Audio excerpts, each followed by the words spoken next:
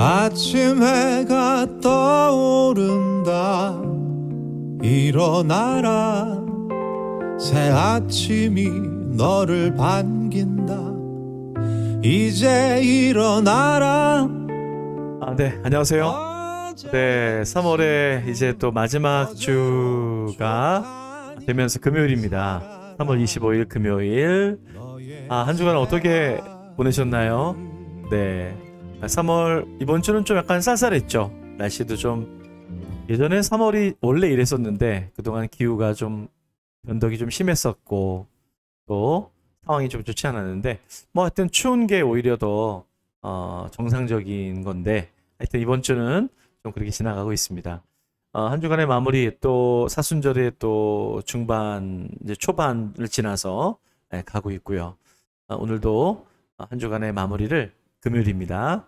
잘 주의 말씀으로 함께 동행하는 그런 시간이 됐으면 좋겠다는 생각하시면서 말씀 묵상 함께 들어가 보도록 할게요. 네. 오늘 주어진 말씀은 레위기 14장 33절로부터 57절까지의 말씀입니다. 네. 나병, 이 문둥병의 이제 오늘로서 이게 이제 마지막 상당히 병 중에서는 가장 그 긴 내용 분량을 이 나병이 차지하고 있을 정도로 당시에는 이 나병, 한센병이죠. 이것이 공동체에게 이제 준 그러한 위기와 어려움, 뭐 지금 우리들이 겪고 있는 것과 어떻게 보면 비슷한 상당히 위험하고도 두려워했었던 병이 이제 문둥병, 한센병이죠. 물론 지금도 마찬가지긴 합니다.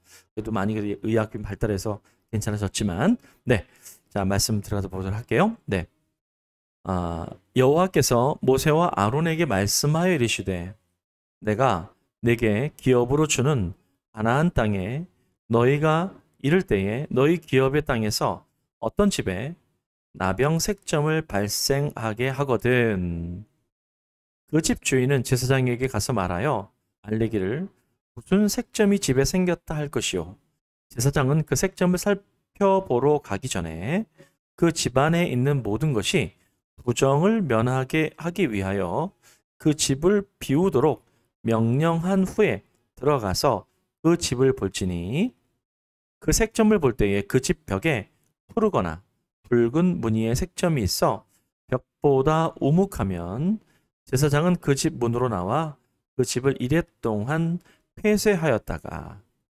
이레 만에 또 가서 살펴볼 것이요 그 색점이 벽에 퍼졌으면 그는 명령하여 색점 있는 돌을 빼내어 성밖 부정한 곳에 버리게 하고 또 집 안 사방을 긁게 하고 그 긁은 흙을 성밖 부정한 곳에 쏟아버리게 할 것이요 그들은 다른 돌로 그 돌을 대신하며 다른 흙으로 집에 발을 지니라.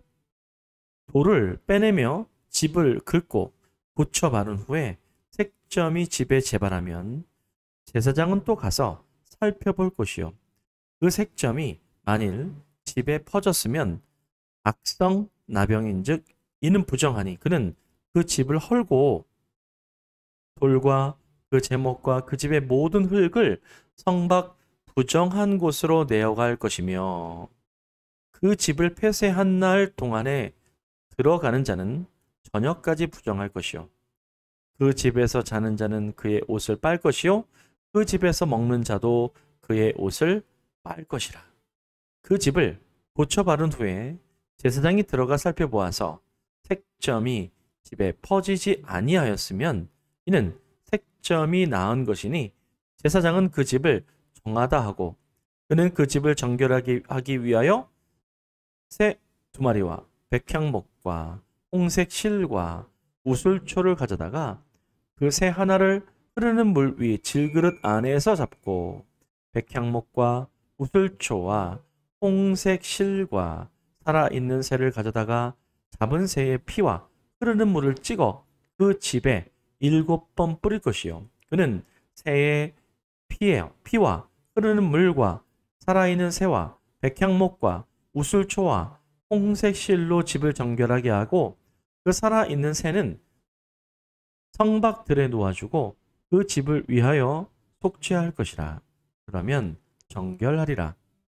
이는 각종 나병 환부에 대한 규례니 곧 옴과 의복과 가옥의 나병과 돋는 것과 뾰루지와 색점이 어느 때는 부정하고 어느 때는 정함을 가르치는 것이니 나병의 규례가 이러하니라.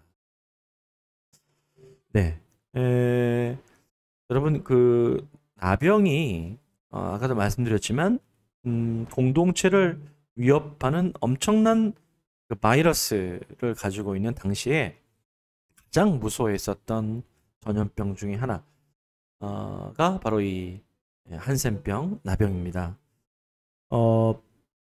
보세요. 근데 어느 정도로 이제 이 부분이 심각하죠? 그 전염력이 말이죠. 전염력. 예.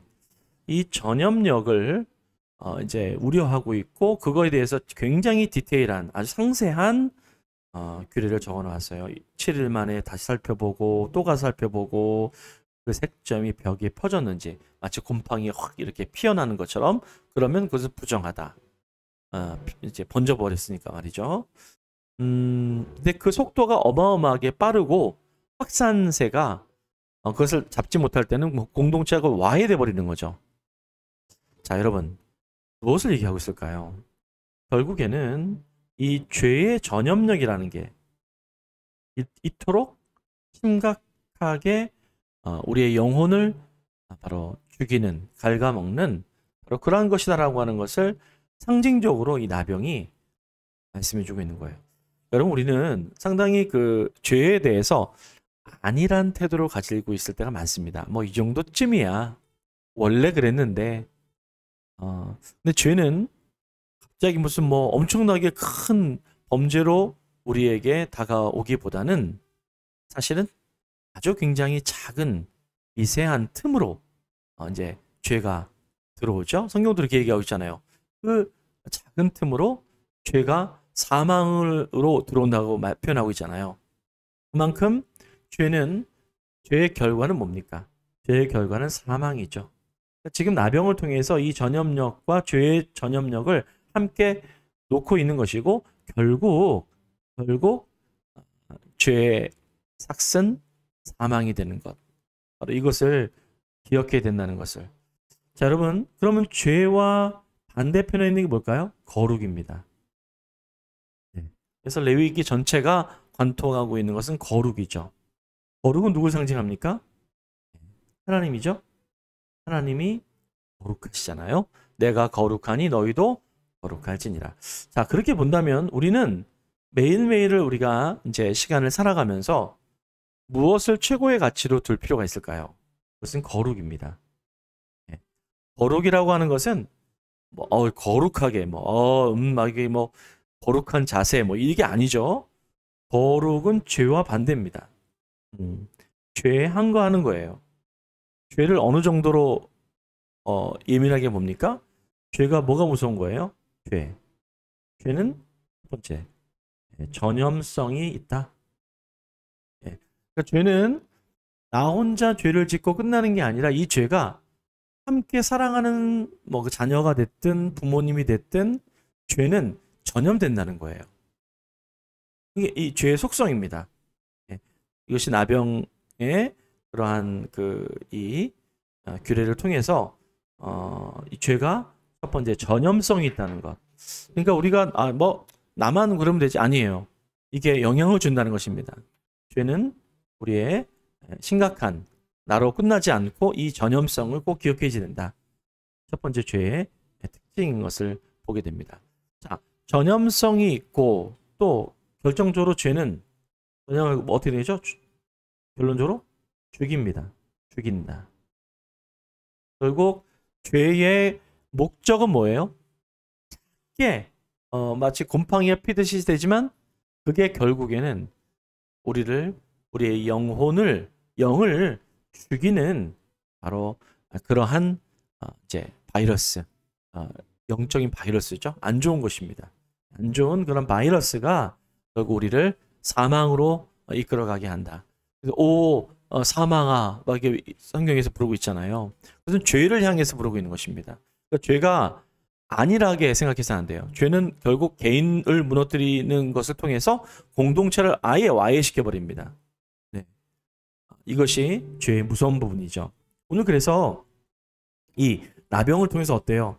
제사장과 공동체와 함께 모든 이들이 굉장히 예민하게 봅니다. 이것을요. 네. 정죄하는 게 아니라 이 죄가 공동체를 무너뜨리게 되는 결정적인 이유가 될 것이라는 것을 알고 있기 때문에 오늘 말씀의 레위기를 통해서 우리는 바로 그것을 음성을 듣고 있는 것이죠.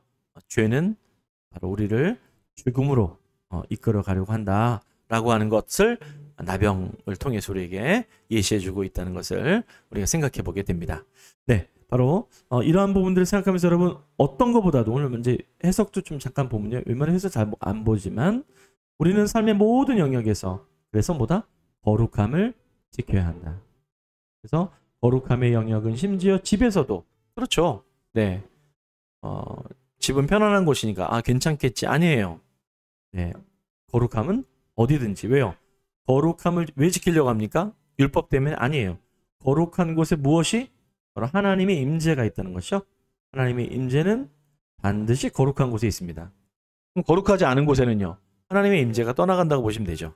그것은 불변의 사실입니다. 그러니까 우리가 잘 분별해야지 돼요. 그래서 공동체가 뭘 지을 때? 죄를 지을 때 말이에요. 죄에 대해서 무뎌지면 안 됩니다. 공동체는요. 철저하게 그 죄가 급속도로 전염되기 때문에 그것을 예의주시해야 되죠. 나부터 말이죠. 여러분 뭐가 있습니까? 지금 교회가 요즘 그런 얘기 하잖아요. 교회가 목회자들 수많은 그 문제들이 많잖아요. 네, 그렇지 않은 건강한 교회도 많지만 교회가 지탄받는 것 중에 하나는 이게 죄를 묵인하기 시작합니다. 괜찮겠지 뭐. 목사님 또는 뭐 장로님 뭐 성도 저렇게 저도 괜찮겠지. 안 그래요. 네. 아주 그거에 대해서 굉장히 철저하고도 죄만큼은 함부로 우리 공동체에 들어오지 못하도록 우리나라 방역을 K방역이라고 하죠. 네, 뭐 이거에 대한 평가는 좀 다르긴 하지만 우리는 어떤 방역을 해야 됩니까? 네, 한국 방역이 아니라 우리는 교회, 공동체적인 그죠? 네, 제2방역, 예수 그리스도. 우리는 제2방역이에요. 예수께서 바로 이 부분 중심에서 우리의 죄를 막고 계시다. 완전히 사하셨다라고 하는 것. 이것이 오늘 우리에게 주시는 하나님의 은혜요. 또 우리가 이 하루를 살아갈 때 거룩한 길 다니리. 이유가 뭡니까? 거기 하나님의 임재가 있다는 것을 다시 한번 바라보면서 거룩한 길로 오늘 나아가는 여러분 되시기를 주님의 이름으로 축복합니다. 네, 말씀 마무리할게요. 네. 거룩할 때까지 네, 그냥 한번 거룩하고 마는 게 아니라 진짜 거룩할 때까지 그것을 끈질기게 지켜가 나아가는 거. 왜 그래요? 거기 하나님의 임재가 있으니까. 레위기는 우리에게 그것을 말해줍니다. 하나님의 임재가 있는 곳과 없는 곳. 그럼 어디로 가시겠습니까? 거룩한 길로 가셔야죠. 거기에 하나님의 임재가 있습니다. 저와 여러분들이 가는 길이 거룩한 길이 되기를 소원합니다. 그렇지 않은 길이라고요? 그럼 거룩한 길로 만들면 됩니다. 하나님이 그걸 우리에게 원하고 계시죠. 자, 오늘도 주님 안에서 승리하는 하루가 되시고 주일날 예배 잘 드리시고 다음 주 월요일날 말씀 앞에서 다시 만나 뵙도록 하겠습니다. 감사합니다.